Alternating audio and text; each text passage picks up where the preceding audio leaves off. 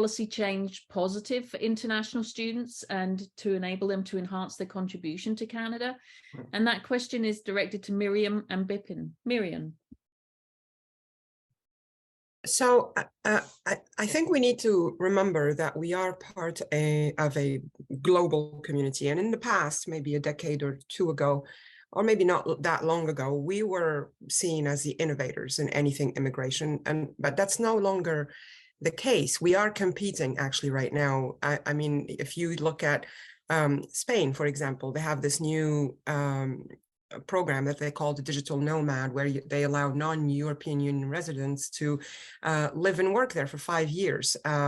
Finland, who is not known as an immigration hotbed, and they are committed to tripling the number of education-based immigration in 7 years, so by 2030 approximately, and it's the same in a lot of Scandinavian countries. So we're competing right now for all types of immigrant profiles, including international students. And so if we want this to be successful, and I know it's a pilot program, but like as we know, most pilot programs become permanent after being renewed once or twice. So this is, I see it as a long-term, probably permanent change, because it's quite the progress from the time when international students could not work at all. Now they were able to work for 20 hours a week or full-time during holidays. Now they're able to work full-time, and we know the benefits economically to Canada that will bring. So I don't think it's going to stay as pilot. So what's needed for this to be successful is, does it come really with easier pathways to PR? Does it come with a change of eligibility to serve international students in the settlement sector? Right now, if you know anything about the funding guidelines of IRCC, you can't serve anyone who is not already a permanent resident. If we're saying international students now, they can work full-time, what we need to think about is that we're going to see a lot of international students come as families now with their spouses and probably children. And that is a settlement process. They're not going to come as PRs. They're going to come as partners to someone who has a work permit. They're not eligible currently for settlement services, but they sorely need it. So are we changing that? They need to be helped to settle, to establish themselves. That will also increase our retention rates, because I worked in New Brunswick for 10 years in the same sector, and I have seen in Université de Moncton, which is primarily Francophone, a lot of international students, once they get their degrees, they move away from the province because they can't work there because it's a French university and they can't work with French alone. What are we doing to help international students stay where we want them? We bring immigrants to Canada. We require that they would have higher education, master degrees, bachelors, PhDs, etc. You know, as much as I know, that once they set foot in the country, those degrees most likely are worth nothing. They can't work with those degrees unless they get them recognized.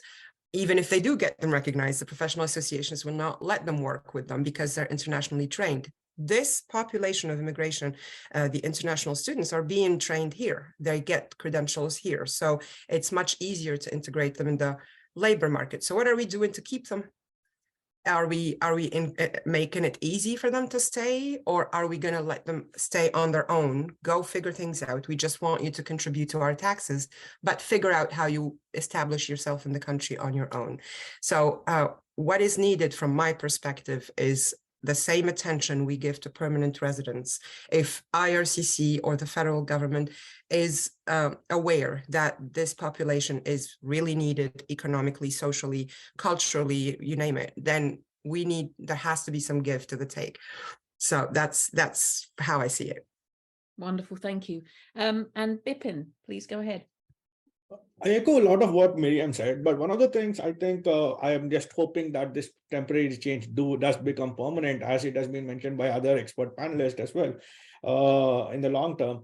But I think one thing a lot of international students we do like to see is a direct pathway to permanent residency after graduation, instead of going through multiple temporary pathways or postgraduate work permits. I know some, especially during the pandemic, because of backlog, many students had difficulties getting access to the pathways.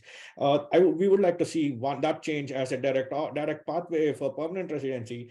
And one other thing, which I think I'm not sure how this one, as we are allowed to work 40 hours, I do think that a lot of more students are going to work in a more professional jobs in that sector.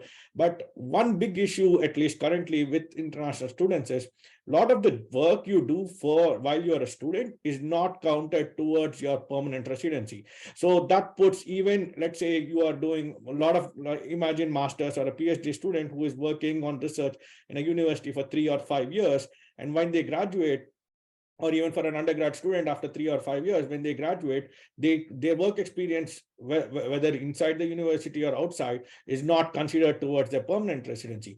We would like to see that change, because consider at least with the, I'm not sure what the new express entry system is going to be, but at least with the current system where they do recognize the different grade scale, NOC 0, A, B, these kind of jobs at least being considered, even if you're working in these jobs as a student, these being considered towards permanent residency. I think that would help some of the smoothen the pathways to permanent residency. And as Miriam mentioned, yes, I think the settlement programs a lot of the times currently do not have a lot of the supports or anything available for a lot of the international students who would like to transition to a permanent residency. Seeing something of that sort would address some of the issues international students face while they're in the transition time between their graduation and getting their permanent residency.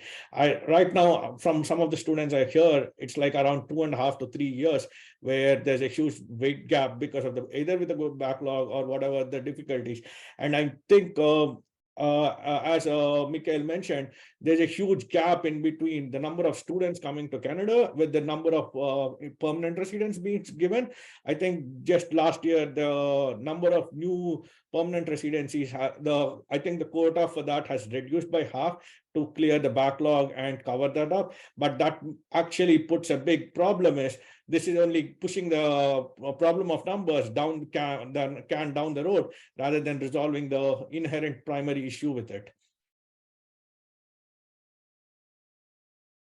Wonderful. Thank you. Thank you for that. And thank you to all of our